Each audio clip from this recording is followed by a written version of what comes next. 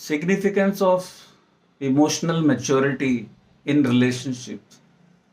Yes, relationship with a partner is one of the basic requirement of a human being. This requirement has emerged because many thousand years before we were staying in jungles, we were staying in one of the most hostile environment where the survival and safety was only possible if we stay in group, if we work inside a group mechanism where the group helps in search for food, to protect against any animals, to protect against any dangers. And the group also provides that human bond, the belongingness, the need which is very, very intrinsic in human being. And then also it helps to find a pair and to extend the family further. So this tribe mechanism which went for 150,000 years, and from there last 10,000 years we moved towards agriculture, and now in last 300 years because of industrial revolution, technological revolution, and from those joint family now we are having those nuclear families. And in this kind of environment you are normally spending majority of your life with your partner. There are two people under a roof who have come from different families altogether, who have come from different upbringings together. Now, two people who have spent their childhood under different conditioning, they have a different genetic structure, they have a different neurological structure. Neurology of both people is different. So when they come together under a roof, that is where the adjustment is needed. That is where the differences between two individuals are to be accepted.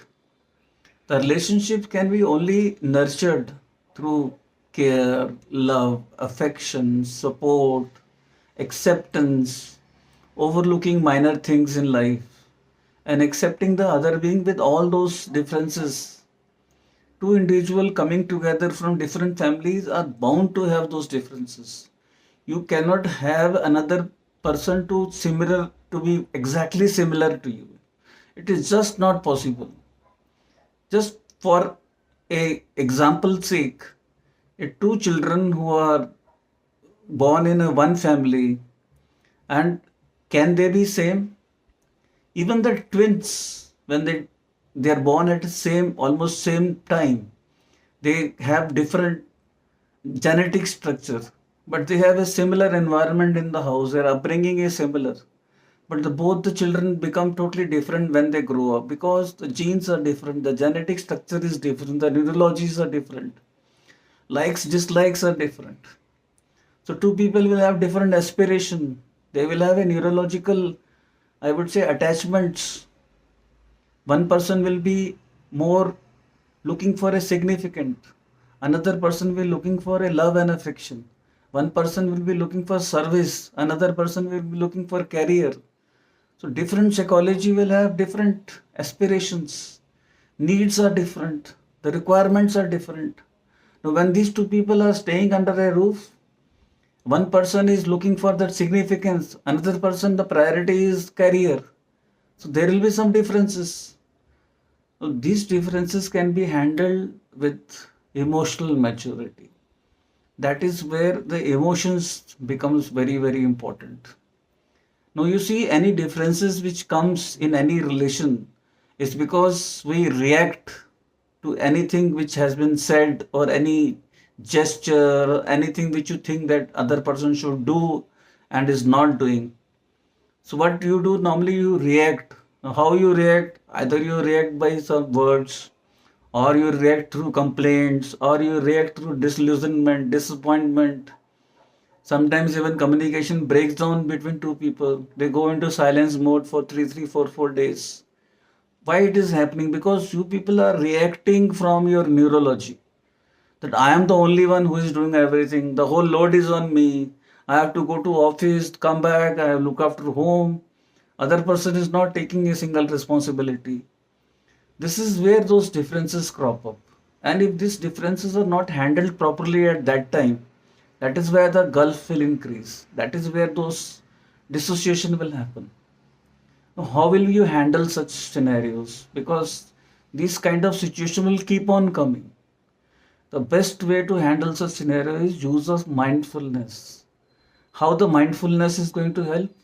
Mindfulness allows you to be more aware of, first of all, your own emotions. What is triggering you that anger? What is that is triggering you the disillusionment? It may also be possible that something which is triggering you is not a big thing. It is a very trivial thing, but no, you are sensitive to that thing.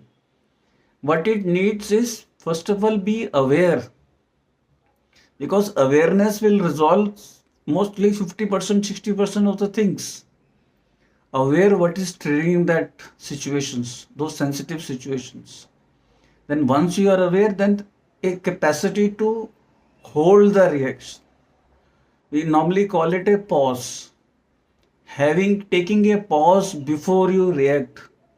In psychology or in neuro-linguistic programming, we go for two types of pauses. One is a smaller pause, we call it a 3-second pause. That means don't react for first 3 to 4 seconds.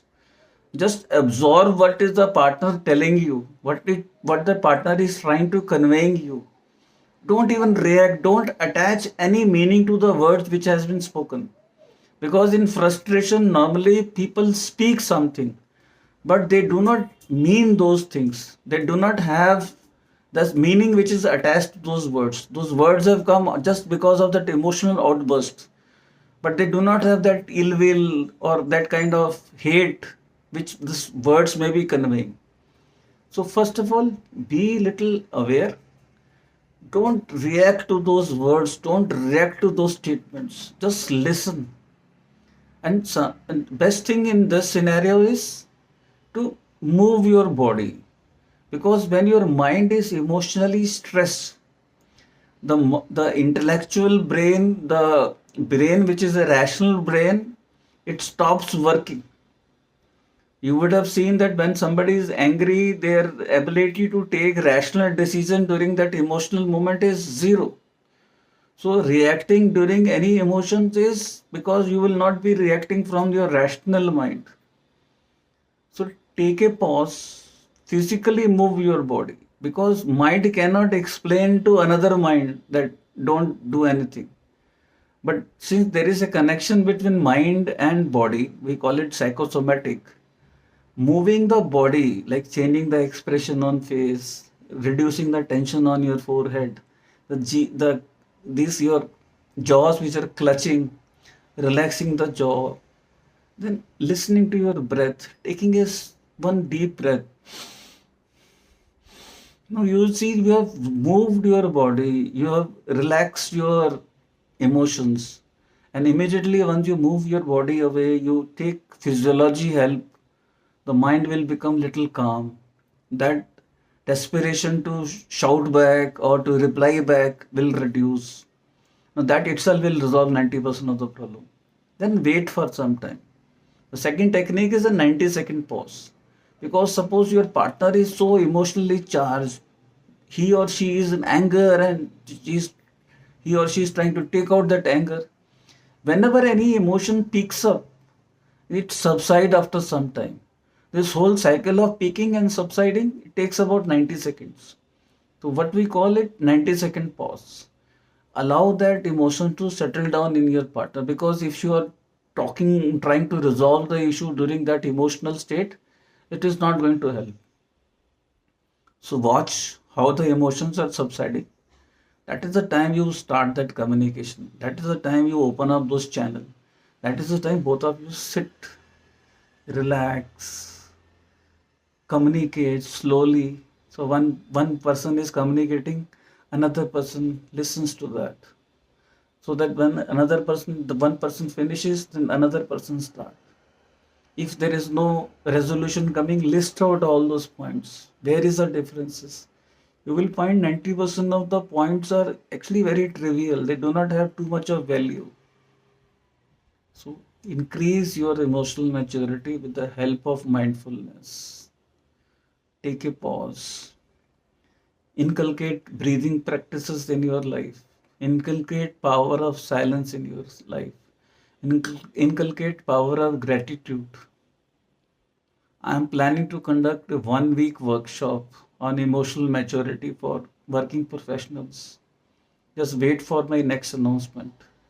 And together for 7 days, we will be communicating and we will find out how we can build up that emotional maturity to have that long lasting relation, to bring that happiness back, to bring that spark back. Yes. Okay, have nice time and wait for my next announcement on the social media. Bye bye. Take care.